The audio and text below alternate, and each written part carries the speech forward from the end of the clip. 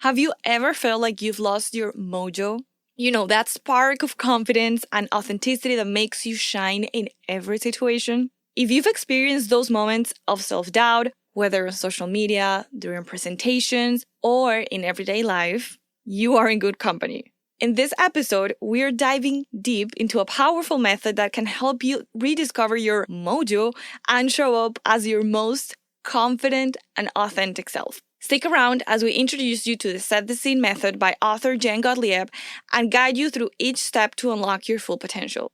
Get ready to boost your confidence and make a lasting impression because you are about to be seen like never before.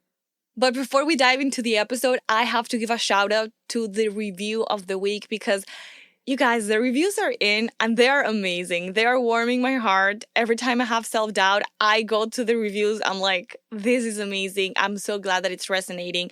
And this is coming from Gabrielle, and I'm so thankful. She says, informative, fun, factual, highly recommended. I highly recommend this podcast. Eugenia is really providing us with useful information on how to become a leader in any area of work. I found this podcast very helpful and inspiring. Must listen. Thank you so much, Gabby. I'm so thankful that you took the time to write this review. And if you want to be featured in future episodes, please leave a review. That makes the show grow because the more reviews we have, the more people listen and discover the podcast. So leave a review. I would love to feature in future episodes. Welcome to Creator to Leader. Are you struggling to connect with your ideal customers online? Are you confused about the most effective way to market your business? If you're ready to become the go-to expert in your industry and stand out from the crowd, this podcast is for you. Hey, I'm Eugenia. That's Eugenia in Spanish, but you can call me E. My mission is to help entrepreneurs stand out online so that they can grow their businesses. I do this through comprehensive marketing strategies, impactful content plans, and storytelling leadership. We both know you are running on caffeine and big dreams, so let's dive right in. If you think that my humor is too dad joke heavy, I need you to please go submit your complaints directly to my brother. Yes, because he has introduced me throughout our lives to a bunch of old school movies or very niche references. And they are right now, in my mind, mainstream references. Like he'll give me a very niche movie like the cartoon of the Prince of Egypt, and he'll give me a lesson about life. And now I'm like, this is brilliant. I need to share this with other people. And then I discovered that the Prince of Egypt is not really a mainstream movie. So it's his fault. It's his fault. And of course, one of those movies is Austin Powers. And I feel like we all know Dr. Evil, so maybe this is not that obscure. And in case you don't know, Austin Powers is this fictional character. It's a British secret agent from the 60s who is frozen, and then he comes back to life in the 90s. And he experiences this culture shock that comes with waking up 30 years later. Kind of Captain America, I guess. So this guy, he's a ridiculous James Bond-like character. And he has this suave persona, very, very over the top. I love him. So in the first film, Austin Powers, he loses his mojo. And that becomes a central element of the plot. He is trying to recover it as he's going through the mission. And basically, he believes that his secret to success is his mojo. So when he says that he's lost it, he means that he feels less confident, less attractive. And I love that. I've used the mojo reference for years. And there's a big lesson about mojo. And I don't want to spoil the ending for you.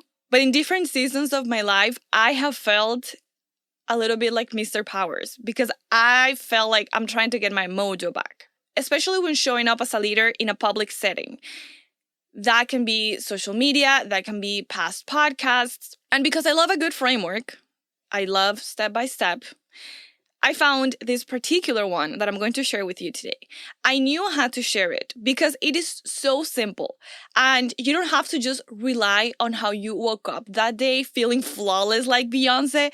You can go back to this framework, apply it regardless of what's happening. And I think that's what makes it so powerful. You can implement this anytime you're not feeling 100% confident. And you can take yourself to the way you want to show up. So backstory to this framework I'm sharing today, I had the privilege of receiving an early copy of Jen Gottlieb's new book. It's called Be Seen, and it's so perfect because what we want ultimately as people is to be seen. We want to be seen, whether it's in business, in relationships, in our jobs. We want to be seen. We want to know that our message matters, that our contribution matters. And don't worry, this is not going to be an episode about introspection and philosophical topics, but that's what we want. So this book is coming out next week. And I'm telling you, this is one that you need to pre-order 100%. However, many of us have a problem when we want to be in our proverbial stage, because not everyone wants to be on a stage, like literal stage in front of people, but we do want to share our message. So we have the passion, we are excited, and we are ready to have this message that we're so passionate about reach more people. But then the moment there's a phone, there's a camera, there's a microphone, something happens to us, right? We double guess our knowledge, even if it's just for a split second. And that freaking second, let me tell you, can be aggressive. That split second can be unforgiving. And that has happened to me the moment I've had moments where someone joins my Instagram live and I've looked down for a split second just to see what they said or who it is. And just like that, I'm out of it. I'm out of the zone. And it takes me a couple of seconds to get back to it. And, like Instagram time is primal real estate. So it really affects the message I'm trying to deliver. And when I first started to record this podcast, I actually wanted to record video as well. Like I wanted to launch the whole thing, but I was finding that I was being like flirty with the camera. And please don't tell my husband, but it's true though. I wanted to look cute. So when I started recording my podcast through video, I was trying to ensure that I looked nice, and that was taken away from my focus.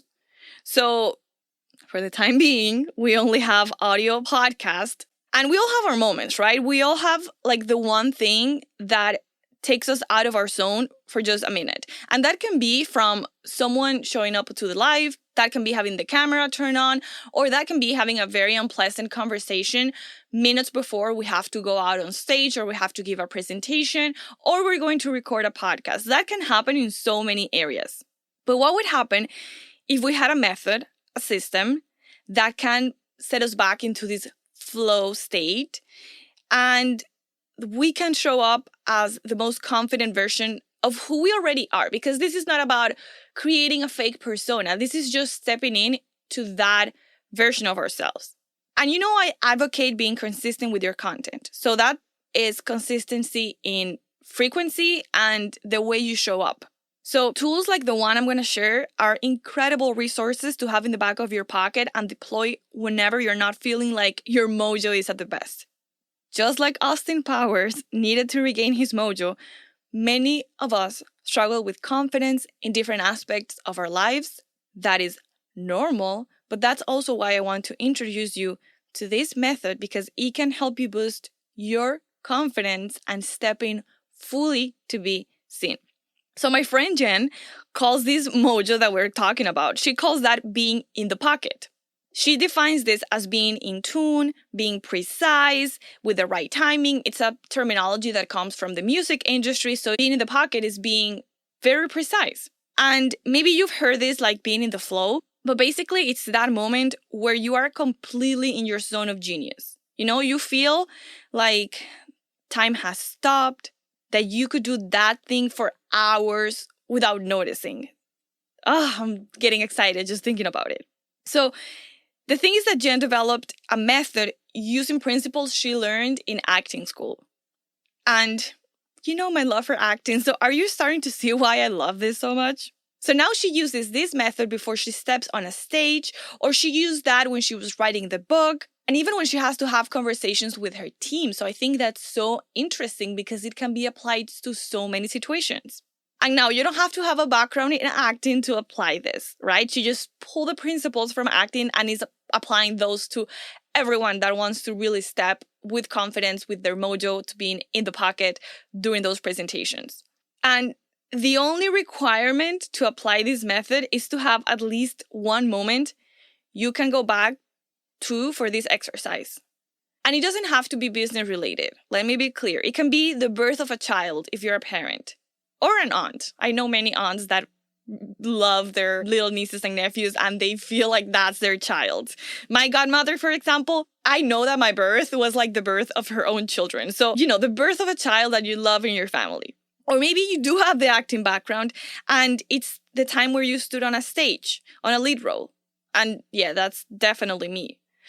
Or it can be when you deliver a masterclass and you felt in your mind, like if you had an amazing French band playing jazz in the background of your presentation with every single person just being in tune with what you were saying.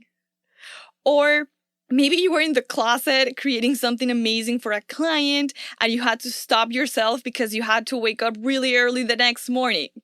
Maybe it's simpler. Maybe you got that Nespresso machine you had been eyeing for years, and this is the first morning you got to have your cup perfectly timed so it would be ready by the time you woke up, and you have to actually enjoy it watching the sunrise. That's being in the pocket. Whatever it is, think about it. Remember, it doesn't have to be fancy, but it has to be powerful. It has to bring an emotional response. Sometimes people say, oh, definitely when I got a promotion at work. And it is very rational. It's coming from a place of, it was a great moment because socially it meant XYZ. I'm not talking about something that gives you a rational response as of why this moment was great. That's why it's only your moment and you get to decide, but it has to bring that emotional response. The emotion that you feel can be joy, it can be pride, it can be excitement, it can be gratitude. Okay, do you have it? Nice. Now let's go to step 1 of setting the scene method. And setting the scene is SEEN. And just to give you a little preview, the 4 steps are sense, experience, embody, and navigate. So the first step is sense. And for this step, you want to enter that moment by stimulating one of the 5 senses. The best way to do it is by entering that moment in your mind. So something that I love is having a great playlist. And I actually love building playlists for specific seasons of life so I can later go back to them. So if I'm developing a new offer, I'll create my new offer playlist and I'll keep adding songs to it. And then when I want to go back to connecting with why I developed that offer or what I was feeling during that time, I'll just put on the playlist. Or if I'm getting ready, when I was getting ready for a short film I recorded during the summer, when I was getting ready for a short film that I shot during the summer, I had my MOJO playlist. And every time I'm doing something on a literal stage, I listen to that playlist because it takes me back to that state of confidence. You can also have a perfume you wear on a specific occasion. It can be a pair of earrings. It can be a specific pair of shoes. It's just a little something that stimulates your senses and brings you back to that specific time in your life. And my acting coach actually loves to just close his eyes and kind of picture in your mind the scenario super clearly in detail. And you're not seeing yourself yet. You're just sensing the scenario. So it's like if you were watching a movie, you know how the first scene starts with a shot of the city and maybe the coffee shop and you get to see the people working and then you understand what's happening. That's kind of this first step. Sensing, taking yourself back to that moment and stimulating your senses. Then we're going to the second step, which is experience. And now we're going to actually visualize that experience. Like you're recreating that experience. And if you haven't closed your eyes, it's the perfect time to do it unless you're driving, which I do not recommend. And try to create a detailed experience. Even if you're driving, relax your body. Feel as if you were walking to this experience. The difference between sensing and experiencing is the difference between waking up and smelling coffee coming from somewhere in your house and you're like, oh my gosh, there's coffee. Like, I love this smell. And actually pouring yourself a cup, tasting the cup, like tasting the actual coffee. So that's the difference, right? With sensing, we are smelling the coffee, and then experiencing, we are actually drinking the coffee.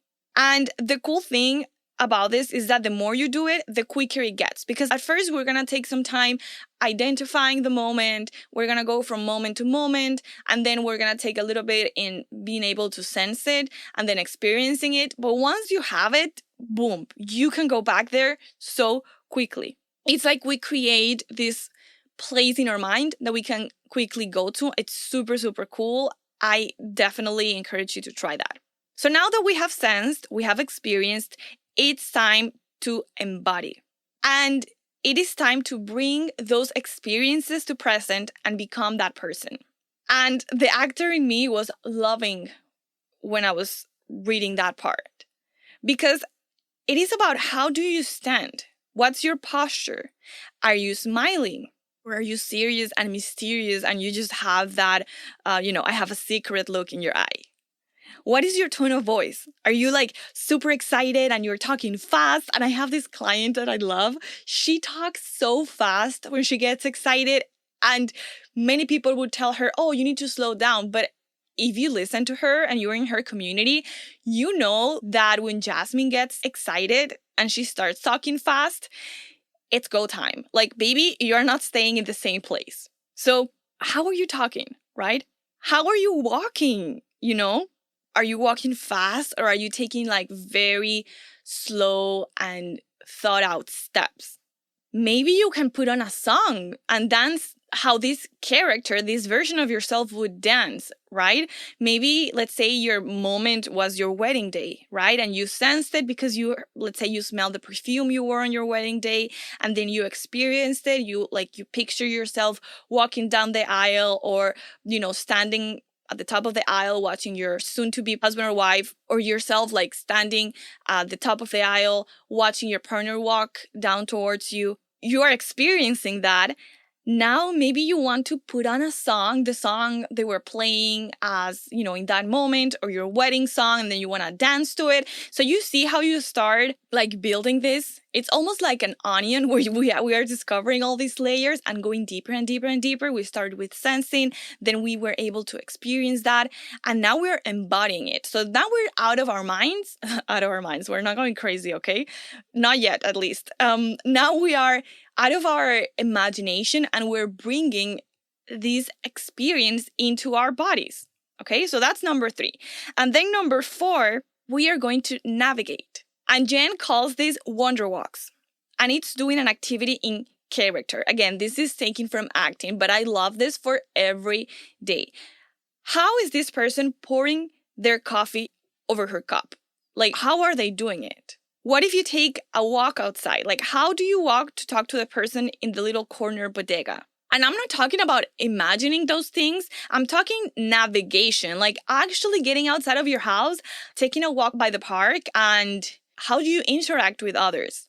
If you have to go, drop something off at the mail, how do you walk into the store? How do you interact with the clerk once you've embodied this person? Right? That's why this is the last step, because we have to first navigate individually, practice posture, practice our voice, practice our dance move if we want. And now we're able to navigate going outside. For me, this version of myself actually looks very intensely and excited. I am such a passionate person when I'm in these pocket moments. So I don't care if the people around me think it's too much. Usually, because I'm not really trying to fake anything. I'm not trying to fake any sensation. I have found that when I'm honestly, genuinely excited and just with this conviction and passion, people around me, it's contagious, And I have experienced that from other people as well. Like I told you, my client, when she starts talking fast, I'm like, it's go time. So navigate that around you. And maybe this is your first time and you're like, you know what? I don't want to go to my office manager and just walk in there full on confidence, like that's too much. But maybe you can do it with someone at home. You can call a friend and have a conversation with them, or just literally go get a cup of coffee and navigate that with the Starbucks barista. And I know it can be awkward, but look, they see so many crazy people throughout the day that they're not going to be like thinking about you the whole day. So those are easy places to just like experiment. And the beautiful thing about all of this is that this person is you. Like, you're not trying to imitate anything. Like, the exercise wasn't about watching your favorite like Netflix show and finding your favorite character and acting like them. No. We are doing it from our own experiences, from our own emotions. And that is so cool because this person is you. How do you feel? And maybe you are not like me. Maybe you're not like excited and just passionate and just overly intense. Maybe you're just like very calm, and people have just a calming sensation when they are around you. They feel at peace. They feel like everything is going to be all right. Maybe this version of you is super reassuring. My mom, for example, when she's in the pocket, she makes you feel that anything is possible because she's a force in a very calm way. She's incredible when she's in the pocket because she's precise. I mean, she's a doctor, so it makes sense, but she's precise, she's strong, and she's taking no BS. That's my mom. So her in the pocket experience looks very different than my in the pocket experience. And that's so cool because when you are in that best version of yourself, and I know that's a little cheesy way of saying it, when you are in this mojo, others get to really experience you at your best, and you get to be more effective and more impactful, and you get to be a better leader. So that's incredibly interesting. So remember, it's a 4-step process once you've identified your moment. We are first going to sense. We are then going to experience. We are then going to embody, and then you're going to go and navigate. Getting yourself ready to show up as a confident leader is exactly that. It's taking yourself through that door again. It is connecting with your authenticity. So I want to challenge you to follow this method this week as you record your next podcast episode, or as you go live on Instagram, or as you give your next presentation, or maybe you just have an early idea. Maybe you're just changing some things about your offer and you're just figuring out some things. What if you did this exercise as you're going to get ready to write? No one's going to see you, but you're going to create something to lead the people around you. So try it this week, just one time, and see how you feel and see what the result is. Let's explore it. Let's make it fun. Then come back and let me know how it goes. I'm rooting for you. Have a beautiful week. I hope you loved this episode. If you connected with the podcast in some way, please rate it and review it on Apple Podcasts or Spotify. That is the #1 way you can support the show. And because sharing is caring, share it with a fellow entrepreneur wanting to become a leader, not just a creator. I am so grateful for you. I'd love to hear from you. Shoot me a DM over to @Eugenia.woo. That's @EUGENIA.WOO. And if you only send me a microphone emoji, I will know that you stayed till the end. Thank you for listening. See you soon.